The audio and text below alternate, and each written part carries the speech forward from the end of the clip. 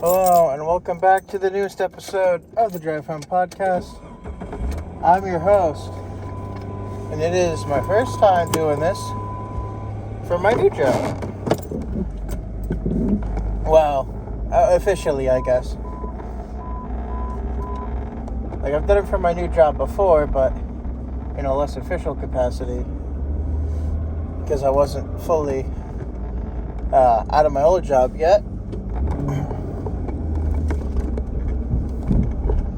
But that's besides the point. Let's drive this podcast home. So,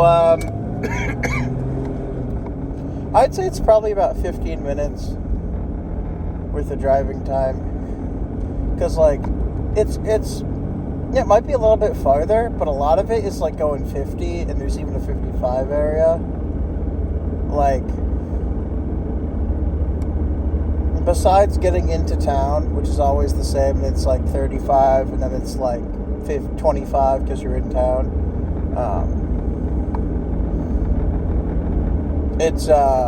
I mean, 'tis what it is, I guess.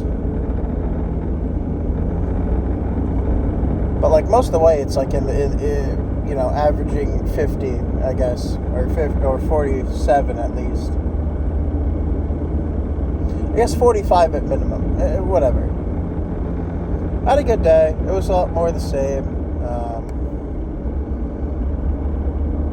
There's a lot less work discussion, I guess, because, I mean, it's doing the same thing over and over and over again.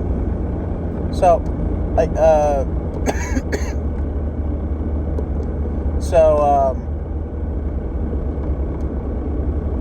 right, so, I guess since last time, I think for one, I've been missing out on my upload schedule. It's getting more and more deranged. I was hoping to fix that, but apparently not. Also, for Thanksgiving, so I don't work on Thanksgiving, but I work so the beginning of my new job is actually kind of cursed, I guess is the way to put it, because I only work 3 days this week. I get paid for Thursday and Friday, but I don't work then because it's Thanksgiving and Black Friday. And I don't exactly know. I guess everyone gets, or a lot of people get Black Friday off because they would need it for stuff. And so that's sort of the thing, I guess. I don't know. Oh, I can't just go to my work and get my check on Thursday because they'll be closed, won't they? Dang it. Well, so I figured out how to handle my, I say free time. I just mean my breaks and lunch. Did I even, yeah. The way I can sort of handle it is, I say handle, yeah, there you go. Sorry about that. I can't stick both my hands up in the air to fix that. That's an old, I guess, I don't know, but it's like a classic, like there are infinite ways to get rid of hiccups, and like all of them work for some amount of time, and then they stop working. But, I'm not going to get into that. I don't know, I had a good day, and it is like 2... it's gonna be 3 by the time I get back in the afternoon. But I don't know, I'm pretty good. I figured out how to solve the my mouth tastes like crap issue, because there's a sink in my work, so I can wash my hands at the end of the day, and then rub some of my wet hands on my face, around my mouth area, so I'm not licking up dust that gets on my face. All I have to do then is dry off, which is easy enough.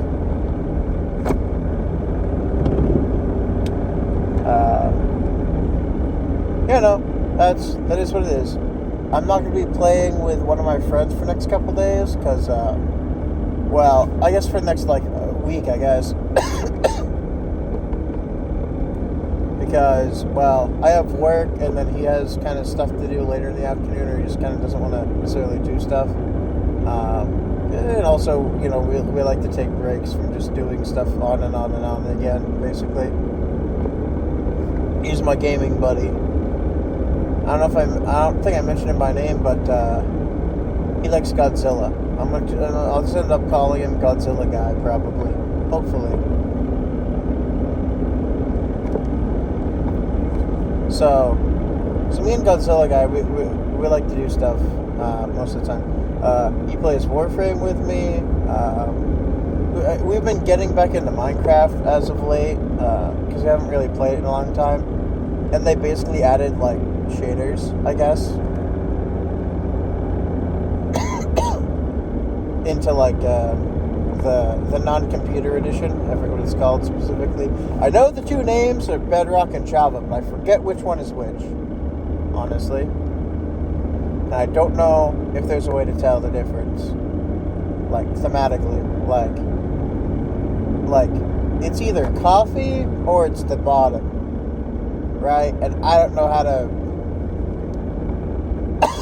Unless if Bedrock Edition is the console edition, which I think it's Java, but I don't know for sure, so I'm not gonna... But if Bedrock is the console edition, I might be able to allocate that to, like, PC Master Race, so, Bedrock is below that and stuff.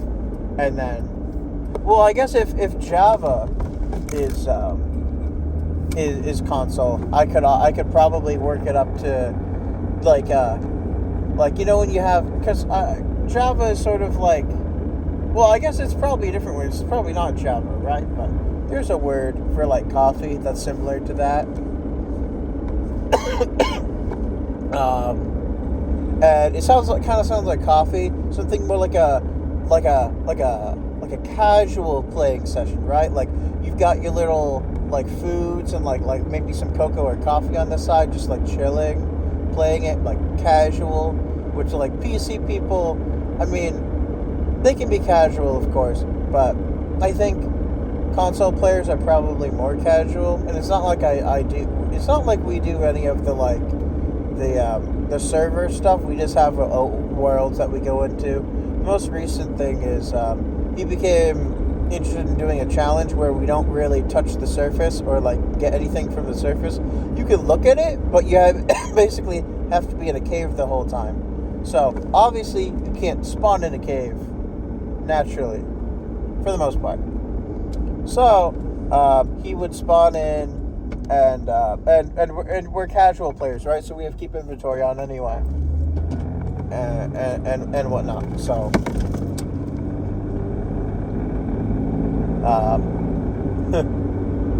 I should have stopped there for gas. Either way, and so what we would do is, what he would do, because he set up the world. Is which is it's kind of funny, right? Because Minecraft looks a lot better now, I guess. Like, it still looks about the same. I don't like the way the coal looks. It's really hard to tell when there's coal, but you don't have any light, I guess. I don't know. But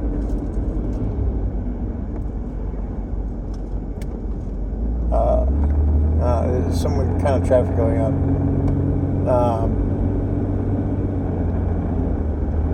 So he would fly around, and obviously, he has to start in a mine shaft, right? So he doesn't really use seeds. He would just, create a world, and then use the commands to find a mine shaft in spectate mode to find a mine shaft. And then he would just spawn there, reset the world spawn to inside the mine shaft, and then he would start.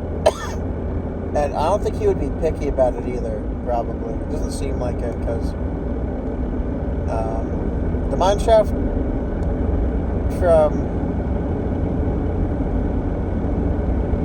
So the mine shaft in the world that we're doing stuff on, like, it's kind of a small mine shaft, but then there was like a zombie spawner in it or something, I guess. like the actual like the little mob spawner things. So like I mean, also of course there was a couple of cave spider ones, but like underground there aren't trees, obviously, right? So until you get to the Nether, you don't really have a decent amount of wood. So that's why he chose to start in a mine shaft, so you could get the wood planks from there. So that's the only place underground with like wood in it. As if you want to go all the way down the deep slate and like the creepy caverns or whatever they're called. You want to test your luck there. Which I wouldn't.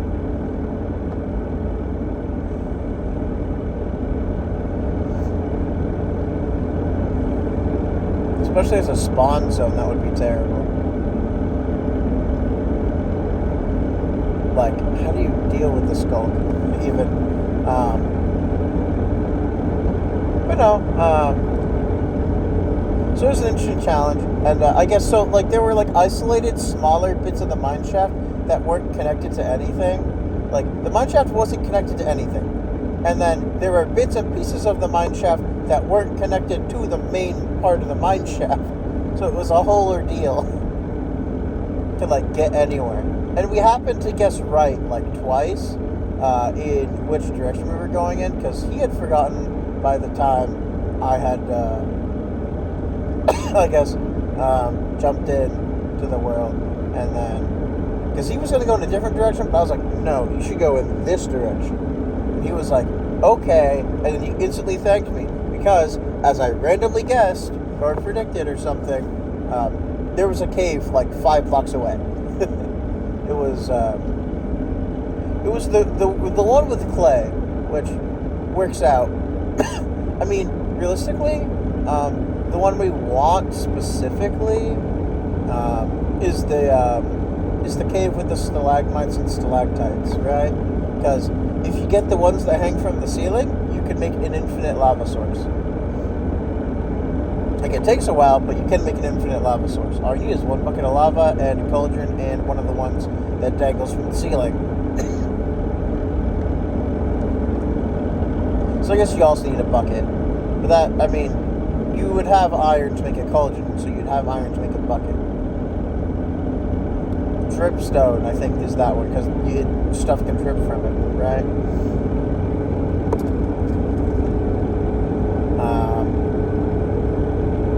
Yeah, so, I don't know.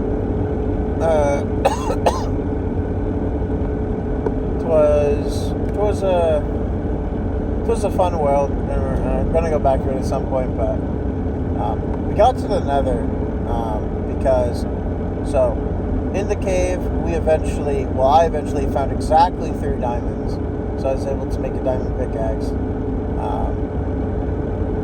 and so we were able to mine obsidian from there, so it was funny, because the diamonds were right next to a bunch of obsidian, because, well, the diamonds were originally above lava, but then there was a water from somewhere up high that was raining down on it, so that happened to work out really well. So I got enough obsidian for another portal, made another portal. There's a bastion right next to another portal, which is interesting. And then there was so we had the journey around for it, but honestly it wasn't all that far away. But we just had to kind of go looking for it. But we found another fortress, so we were able to get blaze rods. And then we've been having an issue with our villager situation since, so this whole time, since it was a mine shaft, we had found some name tags, and then we had also encountered zombie villagers too at the same time, coincidentally. And so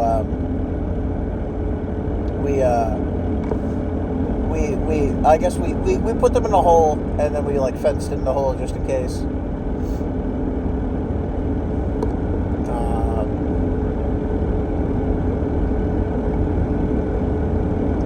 And then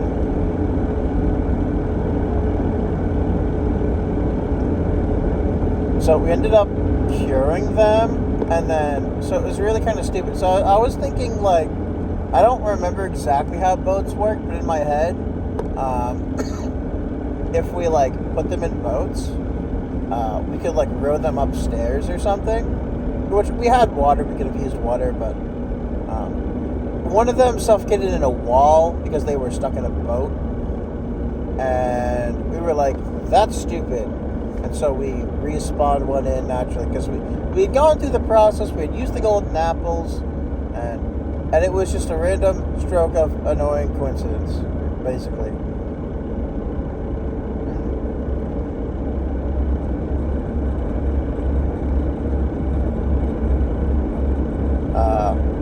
I don't know. So, we made them an area to be in, and I don't know if I remember the exact requirements for villager breeding, but you need an excess of beds. They need, I guess to breed them, you need to give them bread. I don't know if they need this either, but I had built them a farm, or I had them built a farm. So, I don't really know how to say this. I didn't do the farming, right? I was the going to Nether, trying to get Nether trees or whatever guy, right? Because we need wood, and the biomes for that were quite far away. They were quite large, but they're also quite far away, and we didn't have exactly the perfect amount of stuff.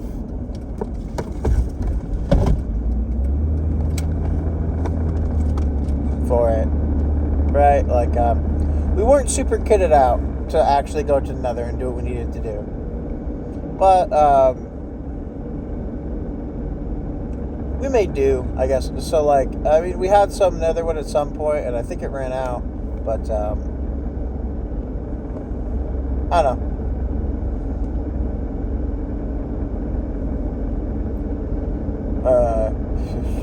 I say I don't know. It's just like, we had some, and then we didn't, and I've been stuck in the overworld for a while, because we've been trying to build the villagers like a box to live in, and we're trying to, like, throw the animals into a pen in the same box, like, dugout space. And so it's this whole process of, like, we have to make sure it's fully lit, and then we can't let them out. And I didn't really know they couldn't use fence gates. And so my thing was like, well, what if we just use an iron door? And then, you know how normally to keep things out, you put the pressure plate on the inside for ease of use and a button on the outside? So we swapped that, basically.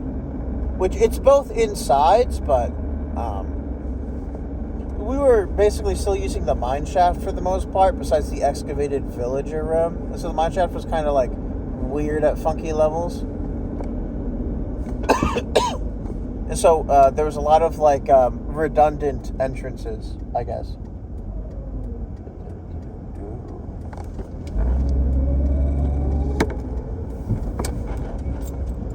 Right?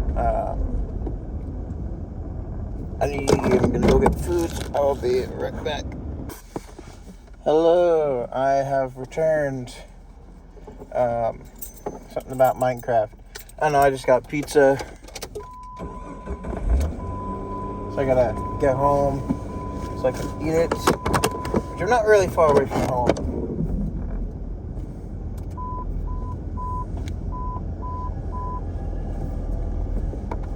So it's not going to be much longer than this, but I figure I may as well keep it from being just like 15 minutes or so. But yeah, no. So I was talking about the Nether and the trees and the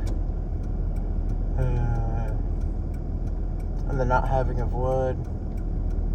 Oh, the villager situation, right? So. My friend had logged on for maybe 5 minutes on a separate occasion by himself.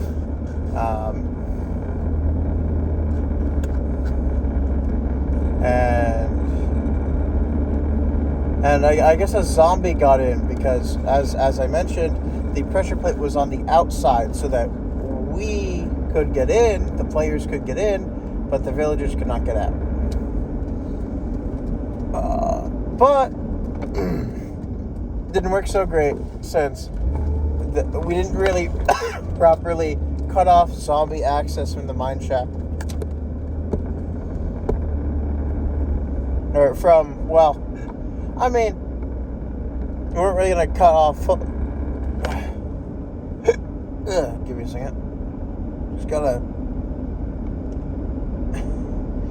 It sounds weird, but you gotta choke yourself a little. Not really choke yourself, but like, if you kind of making a pinching, but like not fully pinching, kind of like you're making a crab claw with your fingers.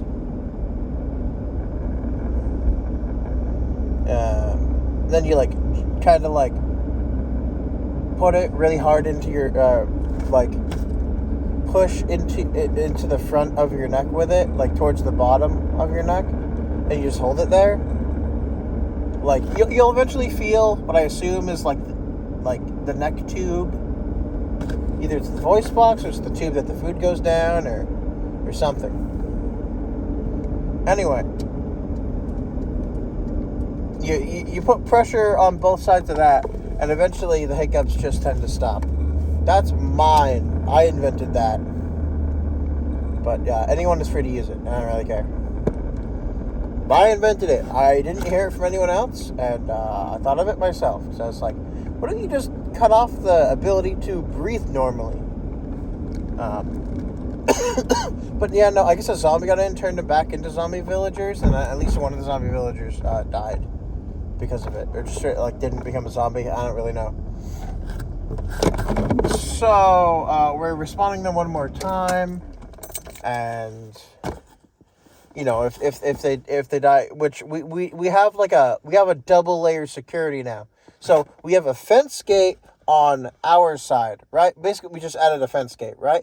But we have to manually open the fence gate from our side. But the good thing is the pressure plate is in between the fence gate and the iron door. So you would have to be a zombie who could break open a fence gate to get into it. And so basically, on your way in, you open the fence gate, step on the pressure plate, the iron door opens, you walk in. On your way out, you hit the button, walk through the iron door, step on the pressure plate, walk through the fence gate, and you're good because the pressure plate activates and then deactivates, which makes everything close. Right? So it's actually pretty clever. I guess I was trying to make it too easy. I mean, obviously we could make it 2 buttons, but, or just a fence gate, but we have to open it. But then we have to close it too, and I don't want to, that's weird. I don't want to, you have to just manually open and close it each time. That's, no, mine is way better. My thing, way better. You have to turn it around and then, anyway, I'm home and I want to go inside, eat pizza, shower, do laundry, some other stuff. Next time on the Drive Home podcast, if I remember properly, I played Kirby Air Riders, the new one. So we'll be talking about that. Or Thanksgiving. It really depends on when I want to do my next one. But thank you all for listening to this episode of the Drive Home podcast. If you liked it, leave a like. If you didn't, you don't have to. And as always, have a great next 24 hours, and I will see you next time I drive this podcast home. Bye.